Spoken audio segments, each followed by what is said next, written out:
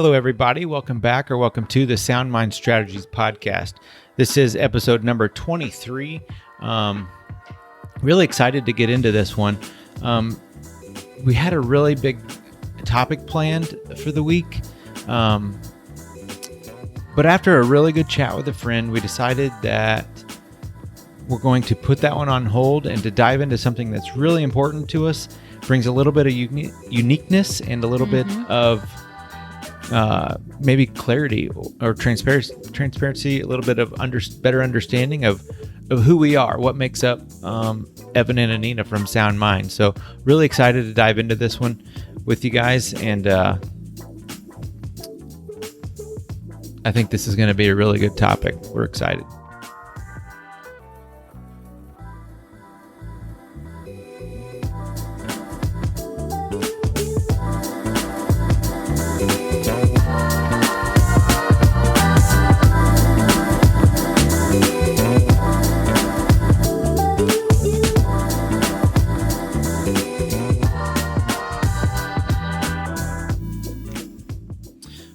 All right, so I guess first things first. A little change in the beginning there. We kind of took out that pre-roll. I think we're going to revisit that. Yeah. Before we get too far, I guess we need to introduce ourselves, because I'm sure there's a lot of new listeners out there, and for all the people that have been listening since the beginning, we thank you and really appreciate you. But yeah, definitely. I guess for all the new listeners, this is Evan, and this podcast, Sound Mind Strategies, is co-hosted with my wife, Anina. Hello, everyone. Yeah, so kind of a little bit about us. What we do is we do life and mindset coaching. We come from kind of two overlapping backgrounds, but still a little different. You want to go and share just a real quick catch up on for the new listeners who you are? Yeah, definitely. So I'm Anina Blankenship, and so I'm a life coach.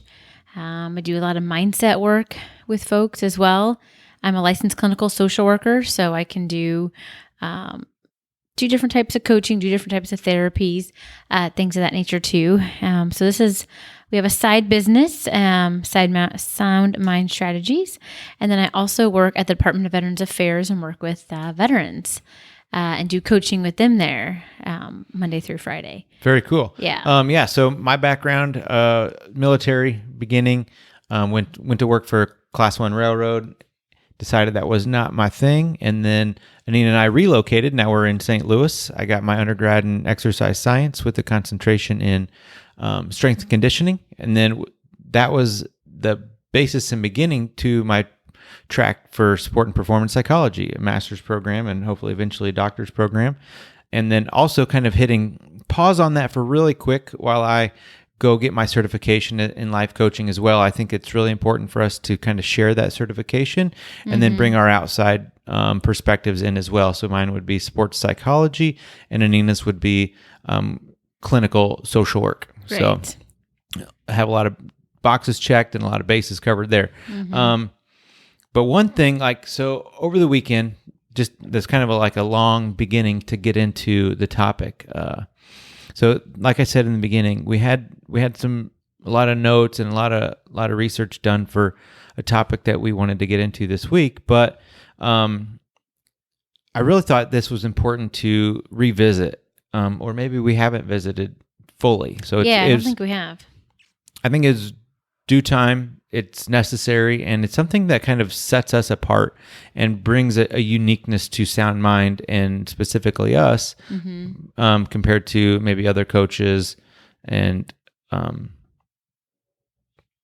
other opportunities for people to get mindset work, right? Exactly. Yeah, so I was talking with a good friend of mine. He's actually a little bit ahead of me in the sport and performance psychology world. He's graduating and finishing up his doctorate's program in December. Correct me if I'm wrong, Chris. So a good friend of mine, Chris Curran, please look him up. It's Chris_Curran_ on Instagram. Check out his stuff. He's definitely starting to put a lot more content out there. Brilliant mind in my opinion on sports psychology. He's just very thoughtful. Very well rounded in his practice, and just the way he thinks about things. Very experienced as an athlete as well.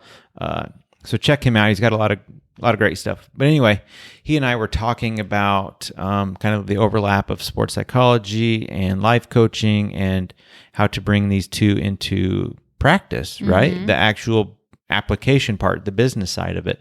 And then he was saying kind of what sets us apart. One of the things that makes Anina and I unique is our military experience. Yeah. You know, a lot of people have in that world, or athletes have worked with athletes. There's a lot of entrepreneur coaching, you know, business coaching, a lot of those things, right? Like big life changes.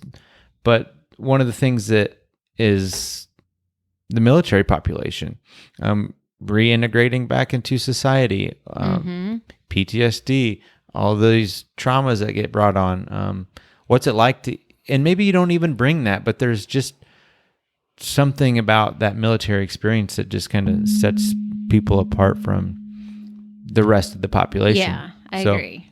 It really is. We kind of wanted to dive into that. I think it's something that Anina, at least for me, I'm very proud of my experience in the military. I'm very proud of what I did in the military.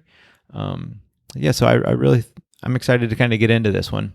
Yeah, I am too. I think it's a facet about us that a lot of people, I don't say a lot of people, but most people would not suspect or don't like, at least from, you know, when I tell people, they're like, what? No way. I never would have guessed that. Oh, yeah. I mean, me, maybe, I don't know, but like you definitely don't fit the mold of military. Yeah, definitely. Of what you kind of think about. Before we get too far, we have a little bit of updating to do on baby updates, right? Week 23. Yeah, 23. So what do you got? Man, so a lot of my baby books are just talking a lot about like the lips and the mouth are really sensitive for the baby right now. So their hands are going to be by their mouth a lot and starting to suck the thumb or the fingers, and just more talking about just me taking care of myself in this stage to like make sure there's no just preventing sicknesses and illnesses at this point. So that's a lot of what my baby book was talking about for week 23. And just noticing too, like the startle reflex that the baby will sometimes jump, you know, if he hears something that's kind of loud, and I haven't noticed that yet, but I'm sure that'll come. You said you were starting to feel what you thought of those early like feelings. Little flutteries. Yeah, the flutters. Yeah, it feels like little flutters. That's cool. That's been kind of neat. Is that exciting? Yeah, it is exciting. I know in one book it's like, you won't be able to tell if that's the baby or gas. And every time I'm like, I'm just going to say it's the baby. Well, of course it is, right? Yeah, of course. But it is kind of neat to feel that. It hasn't woken me up or anything like that. I just kind of feel it throughout the day sometimes. These early stages? Yes. Just really light? Is just it really like light. Barely anything? Yeah, it's barely anything. It's just like, feels like a little butterfly flapping his wings for a minute and then nothing. That's really cool. Yeah, it's very light.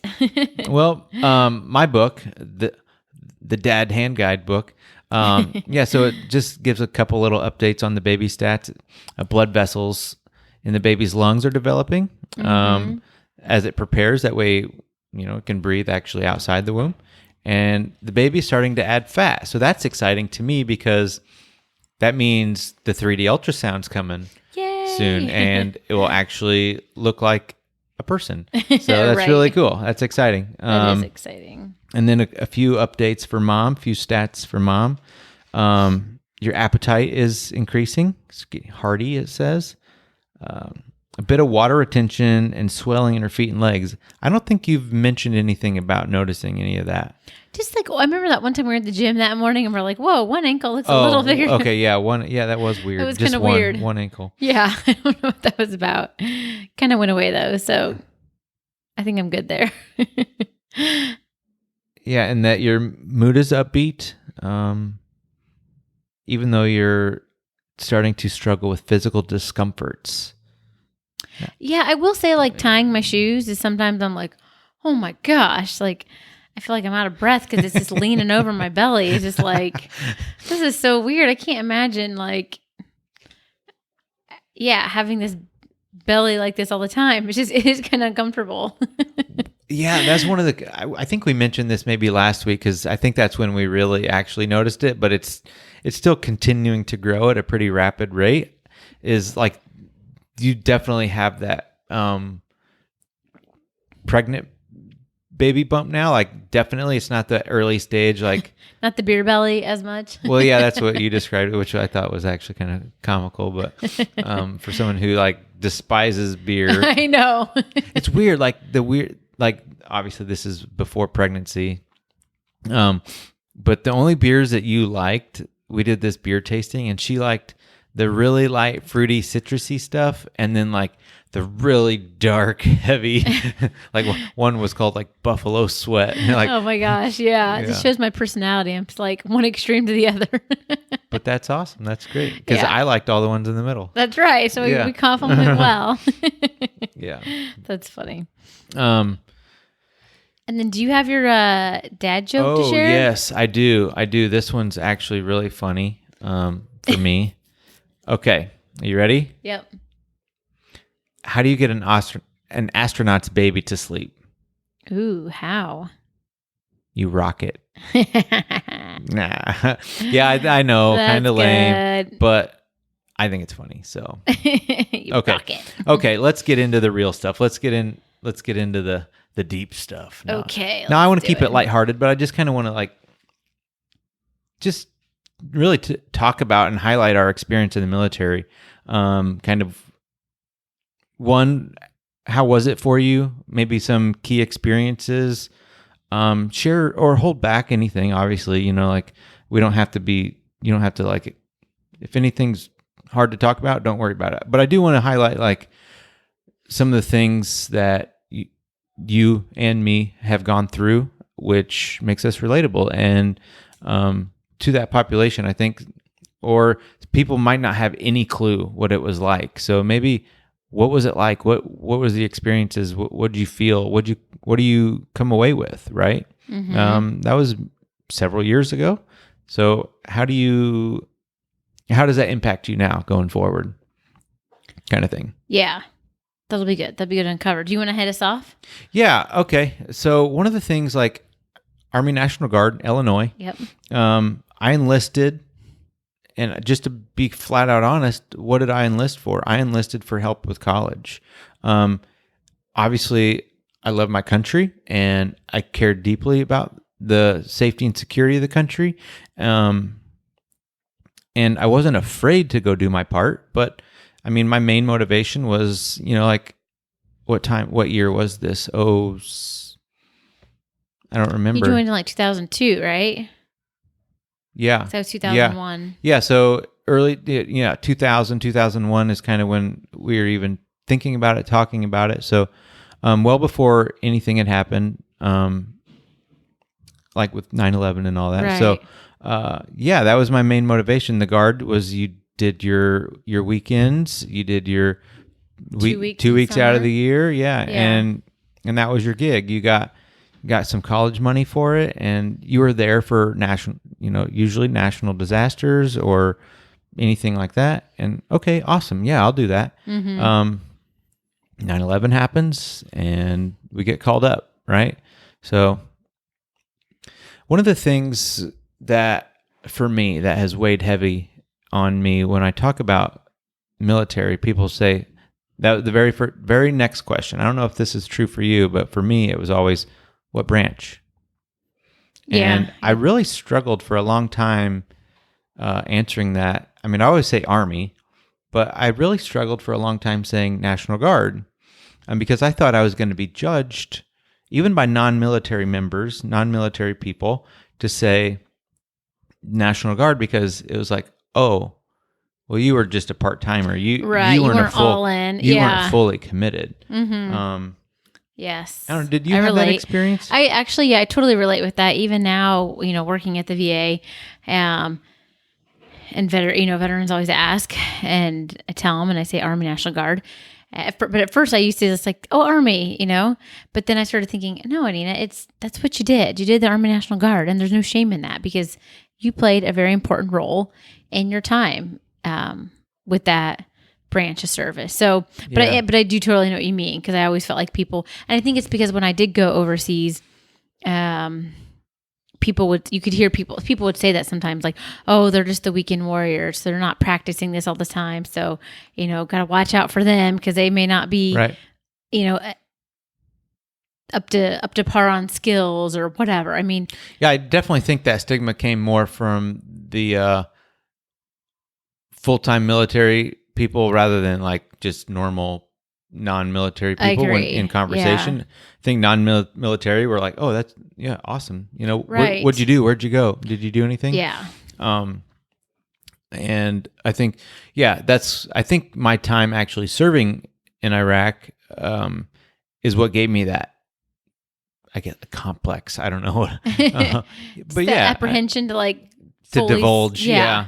I was a guardsman. Yeah. Right. I was a weekend warrior. I remember we went on when we were in Iraq, the unit I was in was transportation mechanics. So we had a large motor pool. We kind of had a large motor pool that they worked on a lot of the vehicles for units that all on the whole base, Mm-hmm. But then we were also given other tasks. We had like perimeter security. So we would man a certain number of towers around the base. And then we had also another mission that we were given was to provide security escorts for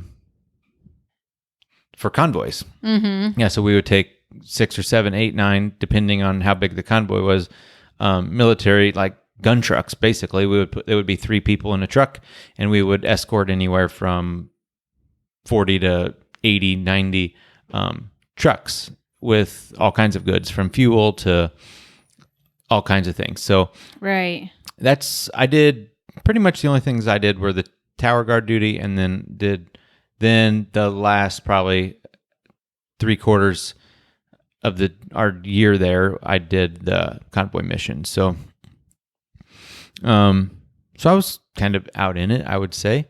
And I remember one of the missions that we went on, like, it was just a random one. They like, hey, we need 5 volunteers to go with this other unit. They need some extra gun support. It's like, Mm-hmm. okay, so we went and we climbed in these like special striker vehicles. Like these guys must have been, I don't know, some special force unit, or I don't know what they were, but we got in there with our regular issue M16s, full size. And we're crawling in there, and these guys are laughing at us. And they're like, they're still issuing those muskets? Like they all each one had a different weapon and different, smaller size, and, much more like combat ready, like, yeah, uber elite military guys. Yeah. And here we feel like the Clampett's getting in there. But that was fun.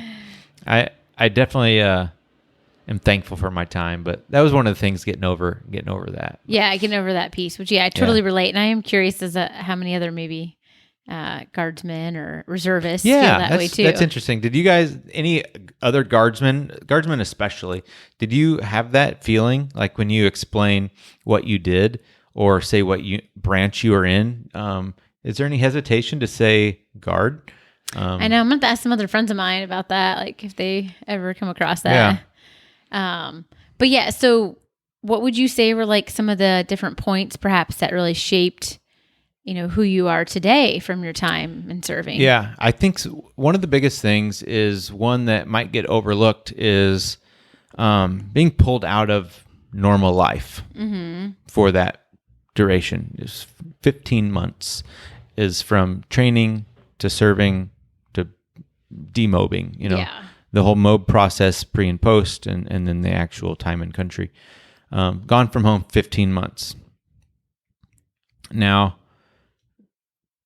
it wasn't actually what I did. It wasn't actually what I saw, where I was. It was just being pulled out of normal life, quote unquote. You can't see me, but quote unquote, normal life for that duration. Like, there was a void in the home life, friends, in the family, in everything. I was just absent. I mean, we stayed in contact, right? I would get letters. I would be able Right. to call every so often and these things, email. But when I got home, everyone had just grown up and grown together or changed that little bit just over the 15 months. And it was just really had an effect on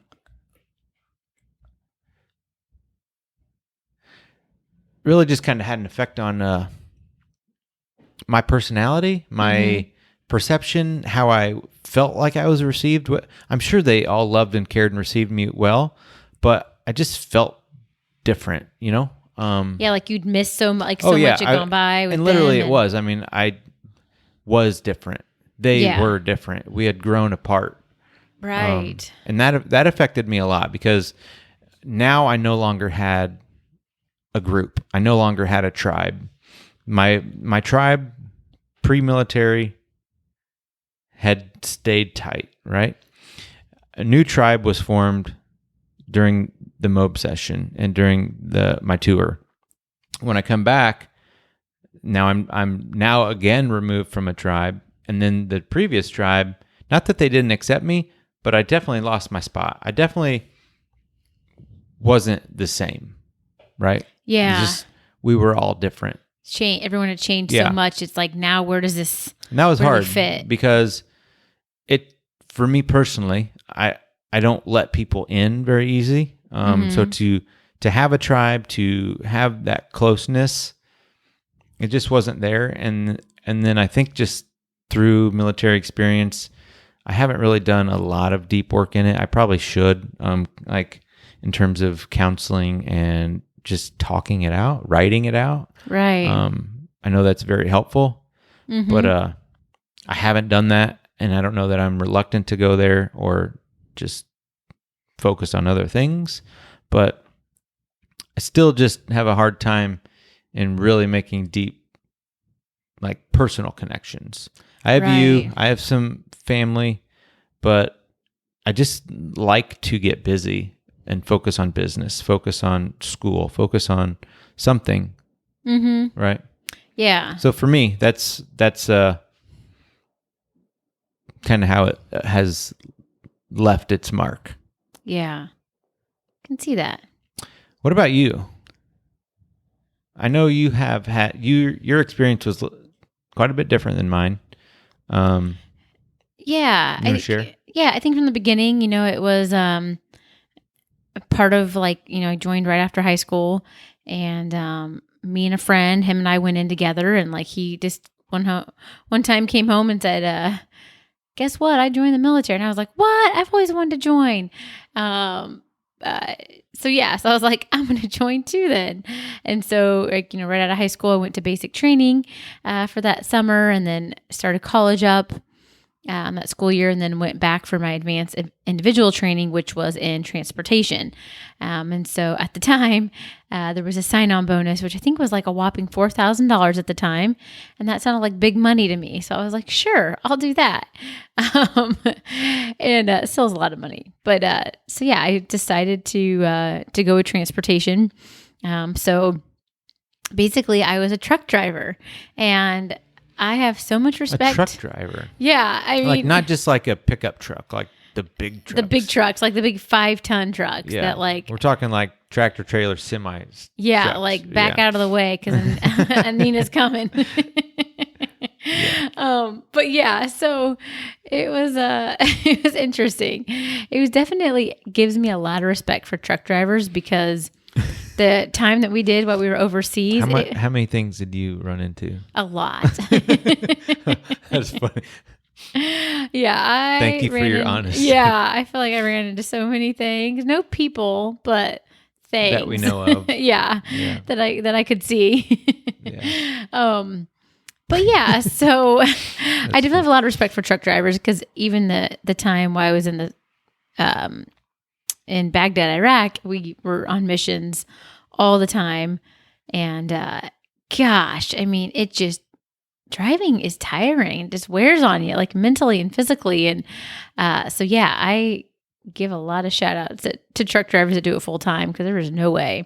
But so anyways,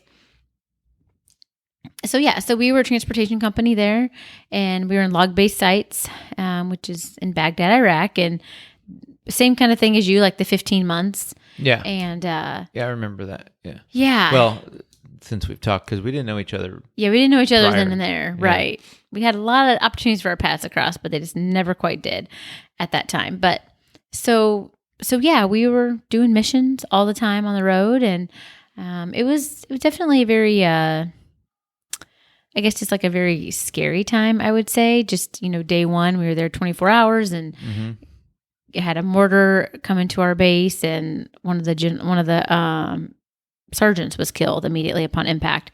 So we lost 5 total people, which is kind of a combination of on base kills, and then also while we were on the road as well. Yeah. So mortar strikes coming into the base, well, you should be considered off time, downtime, right? And then also while running missions. Yep, exactly. So it's like 5 deaths, and then like 28 some Purple Hearts, and then quite a few like Bronze Stars too. Wow. So 28's a lot. Yeah. And then, so just for context, how big was the unit that you were with over there? Gosh, just roughly. Oh man, over 200? Probably something like that. Okay, Yeah. yeah. That's ours, give or take. I think it was like 215 or something, 245 maybe, somewhere in there. Yeah. That range. It was something like that. Yeah. But yeah, so it definitely, it taught me a lot just about, I just say about myself, like my ability to be resilient, after going through those hard times where you lose, close friends to you. It is kind of a, it's definitely like a very gut-wrenching type of time, but just showed me my ability to like jump back in from heartache and how I kind of kept going. But it also showed me too that sometimes I struggle with dealing with it, like the emotional side of things. So I did have to eventually get to that. It wasn't just like going through one traumatic event. Every day was potential for trauma. Right. A lot of days, from the way it sounds, you don't get 28 Purple Hearts, Bronze Stars, 5 KIAs in one day. Right. So it's trauma upon trauma upon trauma. It is. And it's just like you never felt like you were safe. It was just always a constant, just kind of fear for your life. Like, is today going to be the day? Or, just never knowing that you're walking and something could happen, or driving and something could happen. So it was a constant, like just a lot of stress on the mind and body, I'd say, that whole time. Oh yeah, absolutely. Yeah. And I would say like at times I started to get like a little numb to it. Would you say like just numb to like? Oh, absolutely. Yeah.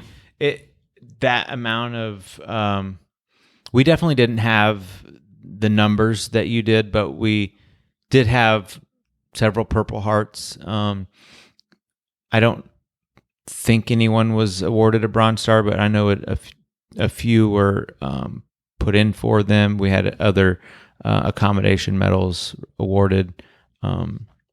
We had a few casualties. Thankfully, none were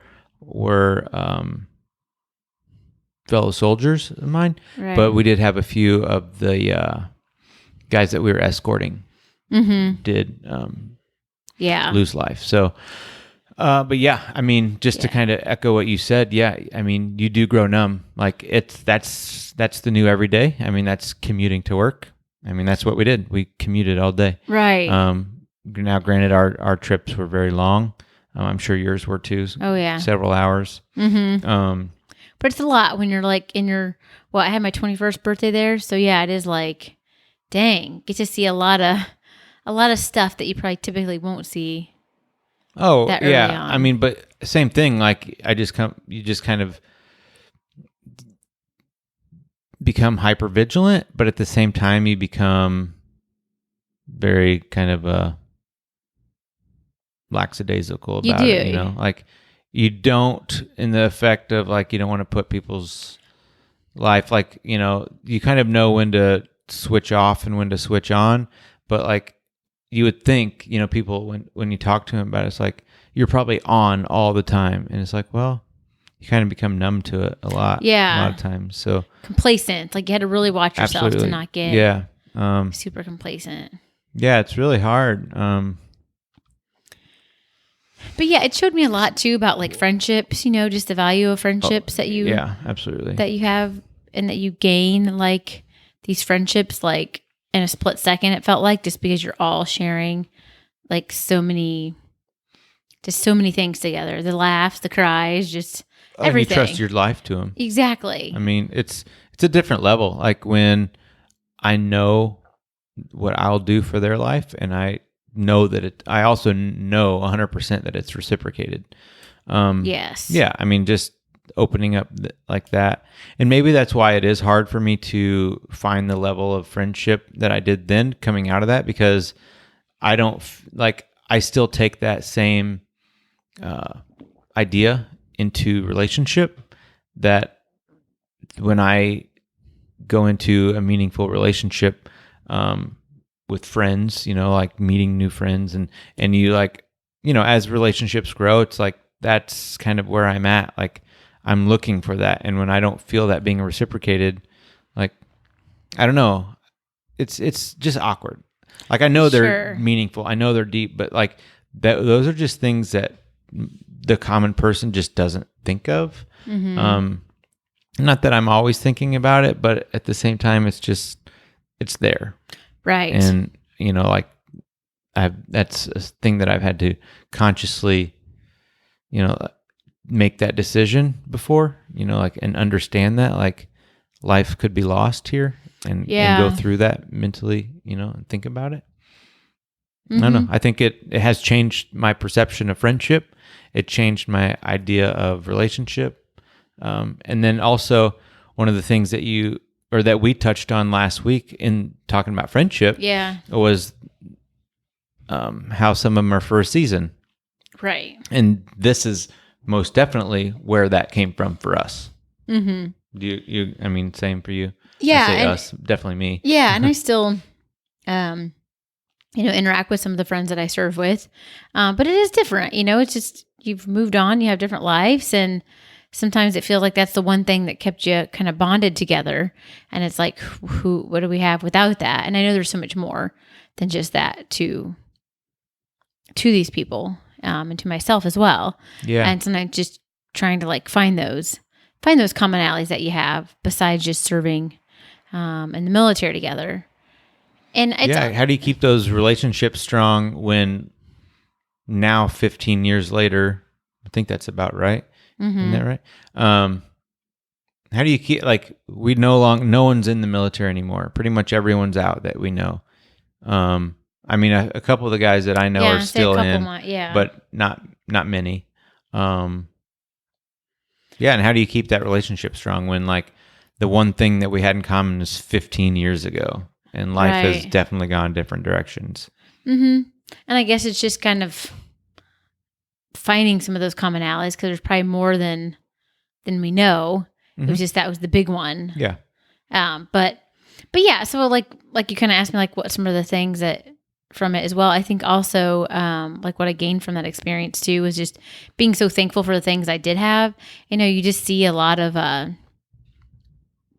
you see the community, the way that those people in Iraq live, and with seems like barely nothing compared to what we have, and just really made me value what I have back here in the States, and just really like people's life and just friendships in general. I'd say is kind of like a summary of what I'd say.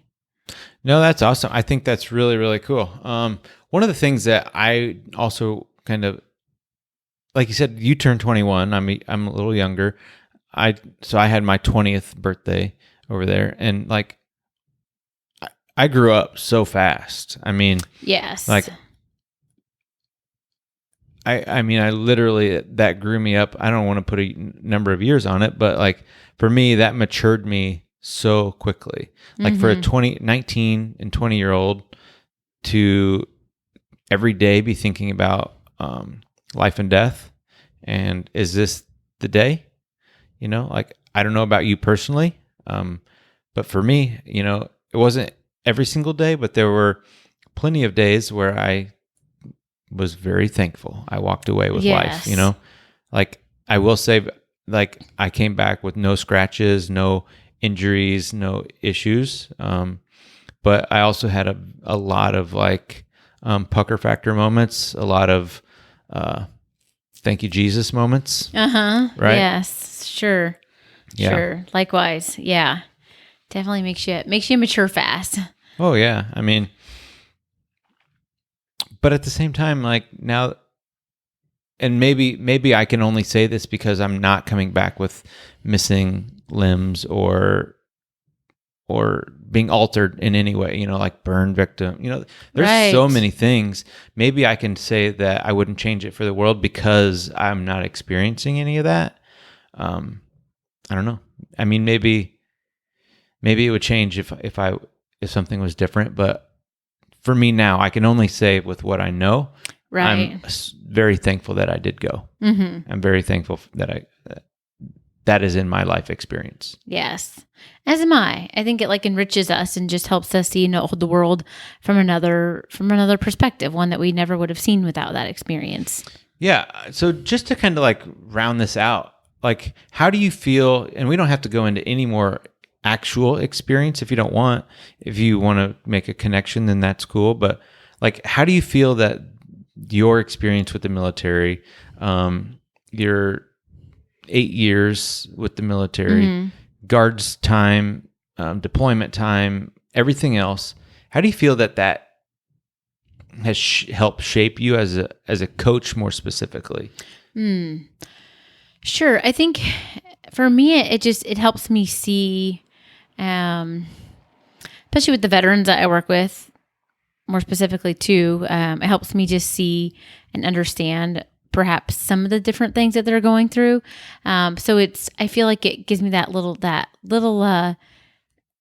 edge in that I feel like I can be more empathetic because I understand some things to a certain degree. I mean, I know all of our experiences are different and unique, but it gives me that understanding because of what I went through too, of losing people and having some of that survivor's guilt and just all those things that can come with serving overseas and in the military. And so I'd say that that's some of what I think helps me, just gives me I think it helps give me credibility. And also, like I said, the empathy piece, a little more empathetic.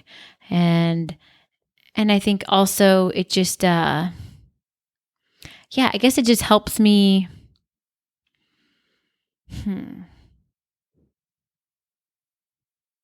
I want to say communicate. Like communicate is kind of coming to me, just to communicate like at a different and a deeper level. Yeah, no, that's cool. I really understand that. Yeah, I'd say that's what it is for me. What would you say? How does it help you? I agree. I think with the empathy part that you mentioned, and I think this is really unique in how it gives me empathy and gives me a greater connection with athletes because of the drive and the mental toughness that they need. Yeah. I mean, outside of actually being an athlete, I think the military was a unique transformation for me into saying like there is so much alike from that military mind and the athlete mind. They're just very driven, and Yes. you have to put things on the shelf. Pain, discomfort. I don't want to do this, but I know it needs to get done because it meets my ultimate goal, whether it's for the greater good of the military unit, the body, whatever, or I know it gets me closer to my athletic goal. I don't want to go out and ride in the rain. I don't want to go it's cold and I'm tired. I'm hungry. But the work has to get done. Right. So there's that piece. And I also think it makes me relatable in the sense of, and I kind of had never really thought about this, but how life is so finite, right? And you would think coming back from the military, and you have this greater understanding and sense of how life is so fragile, and to work with such fervency and diligence. But I think at the same time, because I had gone through that and I came back unscathed and safe and sound and fine, I also understand kind of just lethargy, just put it off. I'll get to it. So I'm okay. true. Right. So I relate to that. Like, I understand I want to do that. I understand I need to do that. I'll get to it. It's a really good point. So to give that empathy to someone who they absolutely really want to do something, but just have a really hard time of making that commitment to it and doing the work. I understand that. I understand that a lot. Like, and then also that authority piece, because I have experience in that, Very true. I've been there. I've walked that. I've come back and just saying, I'm trying to do this thing, whether it's school, business, fill in the blank X part of life, trying to do this thing, and I'll get to it. I'll do that. Or spending so much time in the minutia of the details instead of putting action in. What do you think of the military? You just think of action all the time, but there's a lot of downtime, or there's a lot of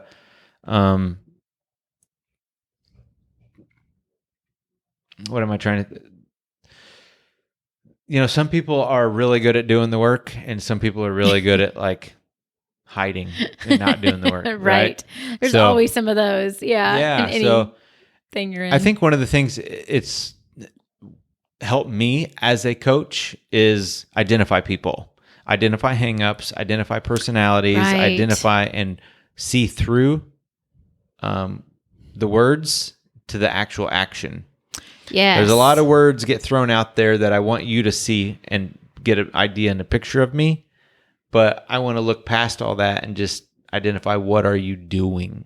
Yeah. So that helps me as a coach to better relate to who the person actually is, and maybe even help them understand who they actually are versus the story they tell me and the story they tell themselves. Yeah. Oh, I love that. That's very well said, because I could definitely relate. I feel the same. Yeah, I mean, the same way. And they might not even understand it, that they're not the person that they say they are. Right. I've lived that, I'm guilty. Same. I want to be, but am I? Am I doing the stuff I'm saying? Right.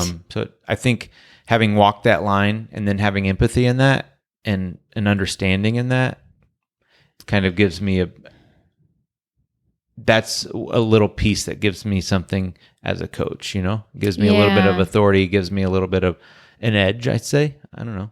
I agree. Uniqueness. I don't know about an edge, but definitely helps round me out as a coach. I agree.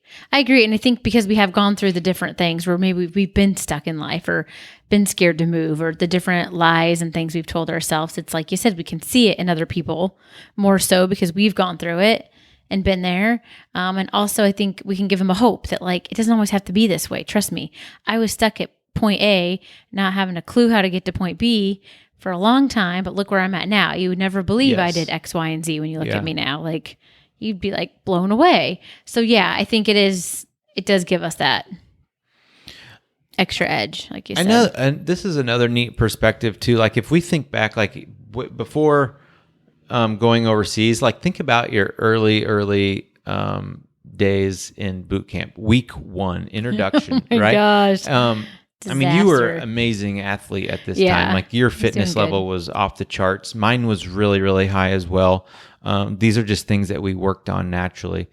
Anyway, we just enjoyed it. But think about the people who were like the week 1 orientation, and we had to do, they're in our face doing push-up, yelling at you, the drill really, sergeants, really breaking you down physically and mentally. And then you see the people cracking so quickly, and I don't, not the mental side. I'm talking pure physical. And I'm saying, oh my gosh, you knew this was coming. The person that you went through, you're like your recruiter. Your like, recruiter, Yeah. they told you, start working out, do push-ups, start running. So all the sit-ups, do it all. Yeah. And like they literally can't do one push-up. And you're like, oh my gosh, how's that even possible? But then to watch the transformation and they graduate with you. I know. It's so cool. Like that was really, really cool for me to look back. I didn't have the same mindset then as I do now, but to say, wow, they did the work. Yeah, I mean, that drill sergeant was in their face every day, but he knows how to pick it out. He or she knows how to pick it out and just says, you need the work, and I'm going to get in your face and you're going to do the work. Exactly. And then, ta-da. So sometimes the choice isn't necessarily yours if you're going to do it. They're deciding that you're going to do it. Exactly. But it's cool because in 9 weeks, they're different. It's like a whole new person. Completely different. Yes. They have confidence. They have strength. They have perseverance. They have a whole new attitude, a whole new outlook on life. It's cool. It's cool transformation. Like that 9 week phase, like I don't think I've ever seen so many people change so drastically. Just a bunch of ragtags that know nothing, like moving in sync, snapping, looking sharp, looking good, strong. Yeah, it's so cool. It is cool. I can't imagine for drill sergeants how it is, too. They see that a lot. Oh, that's so rewarding. It's gotta be. In just a couple short months, like bam, I just whipped in together, a couple 300 people. Again, just. I know. Yeah. It's got to be fun though. Like, they go home and just chuckle and laugh. Like, I can't believe you said that. I know. Oh my gosh. I'm sure things have changed, but like at least when I was with me, like, wow. I mean, they didn't hold back. And hold back anything. Well, and I think that really speaks to just what coaching is about too. It's like you see the person from where they're at, and help mirror for them kind of where they're at, by reflecting back to them. And then to see that transformation for them down the road is so cool. And for them to see it too, like this person that came in, like, wanting to work on whatever it is. And then coming out on the other end, like, whoa, now I have confidence in this area and It's just, it's neat. Yep. It's neat to see that. One of the things that's helped me personally and, in moving forward through all the things that we're doing and trying to do and having ideas of and where this business is going. And then, as an athlete as well. So one of the things that I really took away that I had to reconnect to, because we just talked about like how it's easy to slip into that like lethargic phase, kind of procrastination phase, or slough it off, hide from it, whatever, fake it. Right. Is I'm going back to the other side, the boot camp side. There is no hiding. They're in your face. True. They're going to expose all your weakness. Expose it all. Yeah. And it almost looks like there's always someone looking directly at you, even though there were way less drill sergeants than there were recruits and privates running around, but for some reason they always had eyes on you. So you had to always be doing, acting, performing. So I'm bringing that back into my life. Yeah. Action. Actually, it's getting out of the details, getting out of the minutia of the things that are like making me feel like I'm doing something, but I'm actually not doing anything. Right. I'm just wasting time, spinning wheels, being busy. I'm researching. No, you've been doing this for months. Take the information you have now, make the absolute best decision you have now from the information you have, and do something with it. Right. And then let it work for you for 2 months, 3 months, 6 months, 1 year, and then pull your head up. Find the shortcomings, find where it's kind of not serving you all the way, and then maybe revisit that. Mm-hmm. But that's 6 months or a year, whatever, of like doing rather than still wasting time. Yes. So I'm bringing that action back into the fold. That's kind of one of the things that I've really been practicing, especially as of late. And I'm I mean, it's so motivating. It's so exciting. Like, I mean, lifts the anxiety because Right. like you're in action mode all the time. Uh-huh. Yeah. Very true. Yeah. I like that. Okay. Real quick.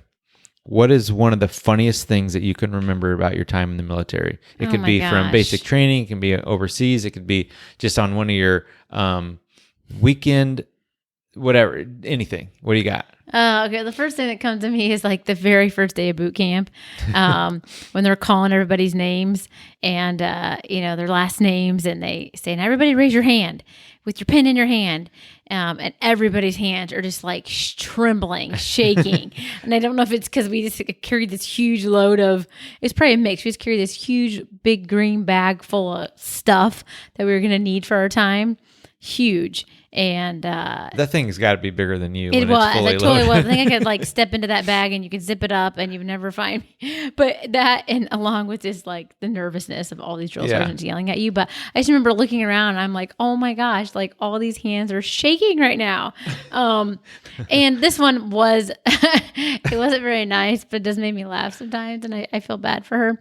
But my battle buddy, when I was there in boot camp, she, man, I tried to help her. I tell you what, help her clean up her locker because I knew we were having an inspection, or you can have one anytime. And I tried to help her, and she would just go back to her messy ways. And lo and behold, they did a locker check that day, and her locker was a mess. And they made her stand. They made her stand in the middle of the room like the whole time they inspected and oink like a pig. And I know that's so mean, but oh gosh. It doesn't take very many experiences like that to never have a messy locker. To never have a messy locker again. I know. And Yeah. it was like, oh my. It's a little humiliating. A little But at humiliating. the same time, she knew it was coming. Yeah, she knew it was don't know. bound to come at some point, but I was like, okay, Anita, that is, I don't know. Yeah, when I look back, sometimes it's kind of comical. At the time, I felt really bad for her, but I can laugh now and be like, oh my gosh. She had, Yeah, like, I do have that military humor still in me. And it was very much like it got like even worse because the railroad, there was a lot of prior military in the railroad. So it just was another 10 years of that compiled. But yeah, what it was for you. So for me, I have a couple. I'll just do a couple really quick ones, just quick things that popped out to me. Same thing. When they're assigning battle buddies, they always like to do weird things. And we had these two guys. One's last name was Hand, the other last name was Glove. So obviously they were a match made in heaven, right? So they were battle buddies. I thought that was funny. That is funny. Another guy, I do remember his name, but I'll just, because I'm sure he's listening. I'll withhold that.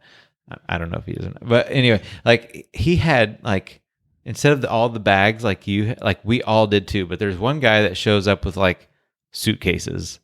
Oh gosh. And in that suitcase, he had like, I don't know, the big Sam size thing of laundry detergent for some reason, like, but the powder version. And he's like trembling and shaking while they're yelling. And because they say, don't get any of your crap on my ground, so like everything that you have and own, you had to find some way to hold it. Yeah. And right. so he's like, he has so much stuff, he can't figure it out. And that one drops and there's powder going everywhere. No. Yeah, so there's that. Two more really quick ones. Basic training again. Same thing. Inspections. They give us time, right? Everyone formation outside right now. So you're running down there, and to me, the place looks spotless, right? Our barracks is a second floor. We're in formation, I guess, like the kind of I already big know common. what's happening. And out comes the bed, right? everything. Yep. Every single piece of That must be furniture, protocol. the mattress, the Yes. beds, the frames, the dressers, the lockers, thrown out of the second story window. Yes. And guess what we get to do the rest of the day? Pick it up clean and up. do it again. Yep. Go upstairs and make your bed. Oh, that's totally in their books because ours is It's the hilarious. same thing. It's so fun. Like I had more time when I got in trouble. It was because I was laughing because of the stuff that they would do, because like it was literally like, I want to do that because that looks so fun. Like I want to be the guy getting to throw stuff out the window. Oh my and like, gosh, cause you know, they're up there just laughing. Oh, you know. So like, such a good stress reliever like for them. I'm here for 9 weeks. I'm going to do everything they say. And the things that they come up with, like it was so, it was not fun taking all that back up there and making it, but it was funny. I know, you can laugh now. So that's how I got through, is I brought my sense of humor into it. Yes, that helps. And then the other one, I think we were just so tired. My battle buddies, we had a room of 3. This is in AIT, which after basic, we go to get our specialty training in your schooling. And it's nighttime, like we're saying goodnight, we'd been chatting all night and lights are out. Like I'm halfway in almost to dreamland, right? And I just hear this big, loud crunch.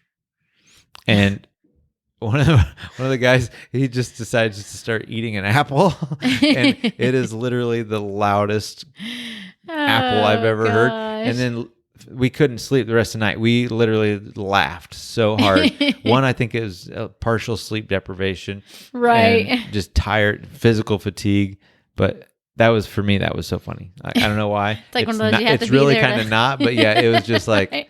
It was so funny. Oh gosh, all these good memories. Oh man, my time in the military. I love it. I would not be the same person without it. Agreed. I love how it has shaped me, has changed me, and I grew up so much from it. And we wouldn't have met without the military. I mean, we could have still, but I think God would have worked it out. I but do you're too. right. I think it was very important for us, like, to get pulled out of normal society, have that experience, be reinstated, instated, whatever one applies most, to normal society, and then have us meet. That was, I agree. That was all good. Part of his design, all the plans. Very cool. Yeah. So that was cool. That was fun. It was kind of neat. I haven't really thought about it in a long time, like how it shaped me and how it's changed me, and so it's kind of nice to think about.